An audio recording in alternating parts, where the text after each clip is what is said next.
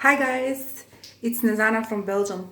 So, yeah, we're in this Corona scary times, and we who are single, hey, what's up? How are you guys doing? We cannot actually date now. Well, I mean, some people, I guess they do, but I don't go out. And so it got me thinking of my previous dating disaster. So it's going to be a Tinder disaster date number 2. There's not that much, eh? Disclaimer. Disclaimer, I'm not anymore on Tinder, but this was like a year ago. So, and it's just one of these things that happens. Okay, it just was one day. Okay, here we go. The story, Tinder bad story. Yeah. So basically, of course, we met on Tinder, and I'm in Belgium. It's a Belgian man, and yes, here we speak Dutch. So my Dutch is like kind of like not that perfect. I'm trying my best, but I speak better my mother language. English is also not my mother language, so excuse me if you don't understand me. I will try to speak like slower. Yeah, so basically, yeah, we speak on Dutch. So I matched with this guy. I like to date older men. I'm 40, so he was like, I think 40 something. And actually, it said that right in his profile that he owns a business, which I usually don't care, don't care who is working or they're working. But I remember that stuff in my head because it matters for later, for in the story. And so, okay, and he was from another city, like let's say because here there's this kind of small cities next by each other, so like let's say on 20 minutes or 30 minutes driving, I think. So okay, so we were chatting, chatting a couple of days, blah blah blah, and then he was like, oh, let's go for a drink, and I'm like, okay, like I was like comfortable enough, like in a bar, I was comfortable enough, like to say, okay, I will like meet you, like like around afternoon for like drink, in the center of the city, like in a bar. Okay, so and it was Saturday. It was Saturday, but we make our date like earlier. Like let's say it was Saturday around maybe 7 o'clock, or was it 7 or 8? So it was not like going out for the bars, or the DJs or the discotheques. But it was like a little bit early. So so okay, so I set up the square, because I go with my car or with the bicycle. But then I was with the bicycle because it was summertime, so it's more easier with the bicycle. So I drove my bicycle to the center, and then to meet there in front of the bars there's like a parking place. So yeah, so I go with my bicycle, I park it, and then he said, oh, I'm here with the car. So then like to meet. So then I just saw him, and it was, guys, I don't understand cars, like you know what I mean, like I don't even care, but it is this huge Jeep. I don't know the brand of the Jeep, but I could not tell. I could have tell that it's like something fancy. Like I'm not that bougie and fancy, but I could tell that it's something not a regular car. It was some kind of expensive car. Never mind. So he was like, oh, like just come in the car just to park it, because here you have to pay for parking, just to to find a good spot. And I was like, okay. Mind you, he didn't come out of the car. I don't know how is it in the world or whatever. So I was like, okay, So this is the first impression. First impression.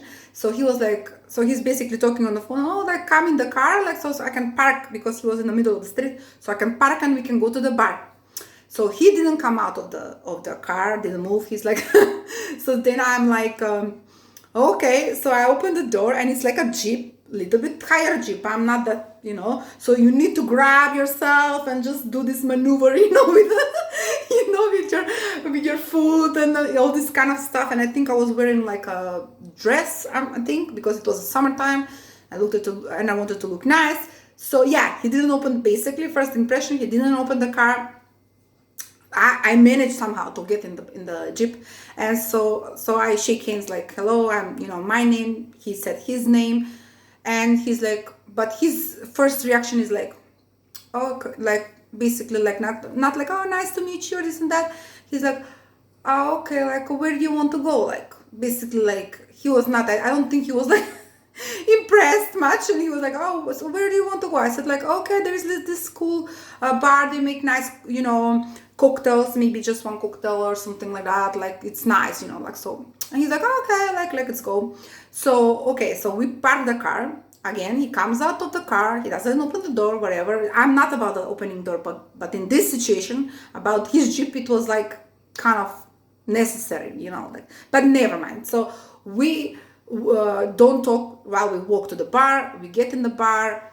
So he's like, oh, what you want to drink? I'm like thinking, and so he's like, but I usually, I called you, but I like independent. So, Belgium, and they start talking this, like, I like independent woman, meaning like basically trying to say like, get your wallet ready because I ain't not paying for this.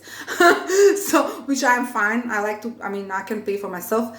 And so here it goes, a disaster, because you were wondering, where is the disaster? Here it goes.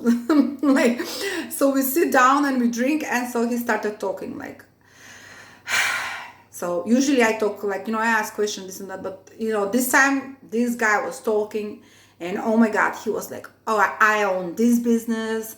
I own this, I have this, I have that. He started bragging. So how much he's rich, what kind of business he has, he lives in he lives next to the sea here in Belgium. It's like a famous part, like the rich part of that city where the fancy bougie people, I guess, live. So, I live in this part of the city. I know this famous person. I know that famous person.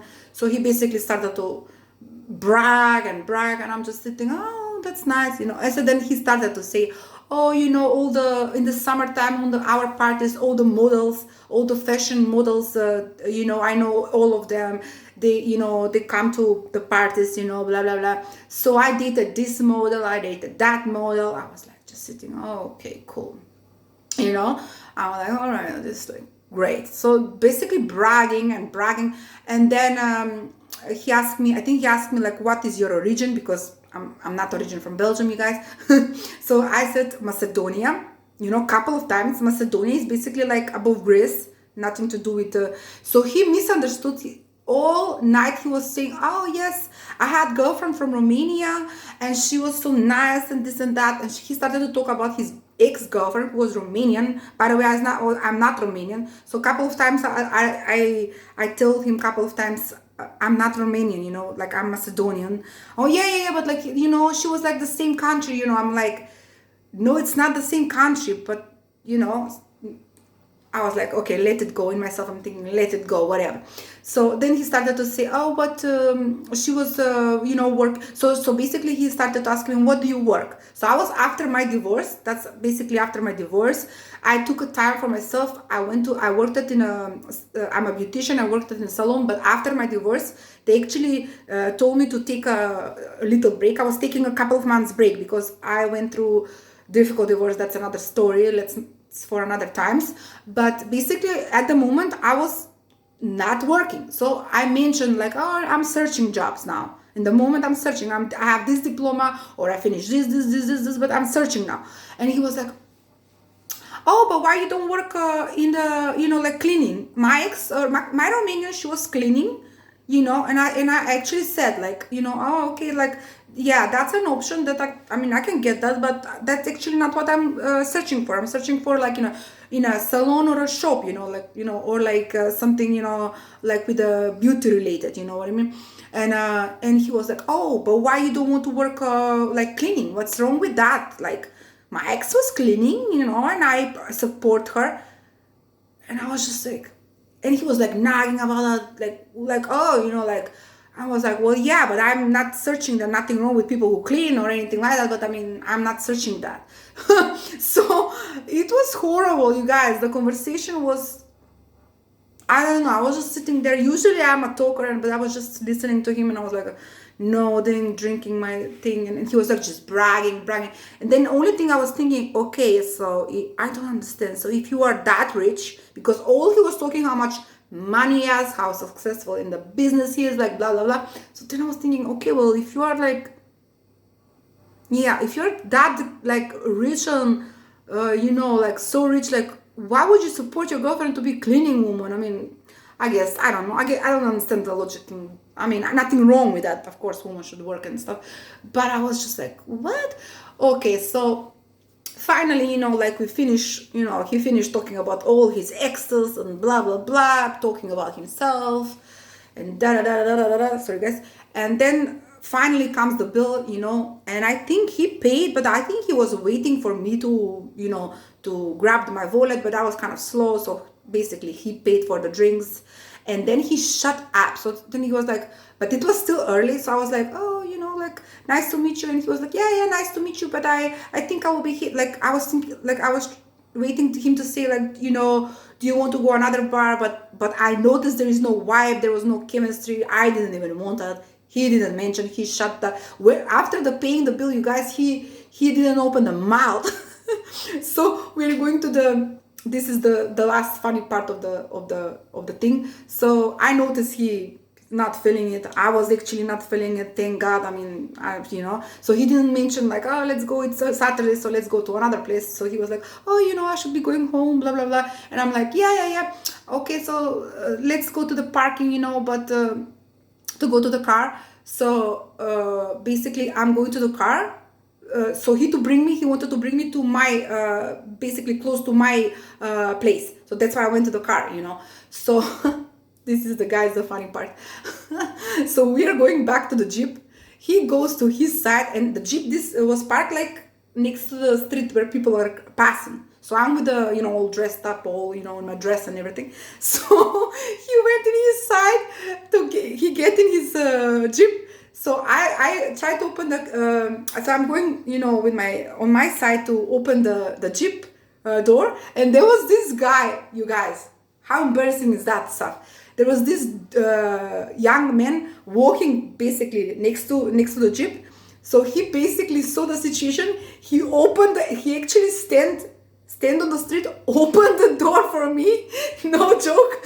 Like he smiled to me, opened the door like a gentleman, And he just did like this, and I was like, oh, thank you, So I went in the Jeep. I was like, oh my God. And the guy's like, oh, okay, nothing. So basically the guy from a street opened the door of the Jeep. And so I went inside and I was just looking at him and he didn't say anything. And I was like, oh my God. So I was like, oh, just, leave me there. Like, nice, this was fun, blah, blah, blah. And he was like, oh yeah, by the way, like, and so basically I was like, trying to be like, like the kissing in the air, like in the cheek when you don't like somebody, like you just like do like, okay, nice to you. This was fun, we talk like blah, blah, blah. Nice to meet you. So I was just doing the air kissing, and I do that like, okay, nice to meet you. Mwah, mwah. And so before I go out of the car, he was like, oh yeah, nice to meet you. And yeah, I think Romanian people they're nice people. That was his last words, and I just turned around and I just said, this was my last words. I just said, I'm not Romanian, I'm Macedonian. And I just rolled my eyes. That was the last thing I said. I was just like, oh my God, this dude, seriously. I was just like, I'm not Romanian, I'm Macedonian. And that was the last thing I said. I went out of the Jeep. I basically going to the street, I blocked him immediately, like not even like, I didn't want to hear anything, like not that he will write at me, but like I just immediately blocked. And I was thinking, oh my God, like what is wrong with people here? And I said to myself that I don't care how much money you have, really doesn't matter, you guys. It's important, the character and the personality. Oh my God. Never again with this kind of people. Seriously, no, that's just negative. I'm sorry. We like, yes, I mean, of course, it's not bad thing to have a business and to be successful, but it really matters your character. Like really not to be like arrogant and stuck up. It's really turn off for me, really not attractive. Okay, guys, that was that was my number 2 Tinder date disaster. There's so many. I mean, I'm joking, not that much, but if you like to hear this kind of stories, share yours in the comment. And if you like to do more of this, I think I have some. When my memory comes back in this quarantine times, we don't have anything else to do. Share your bad disasters in the comment. And yes, see you in the next video, guys. Stay safe. Don't date now. Stay safe. Bye.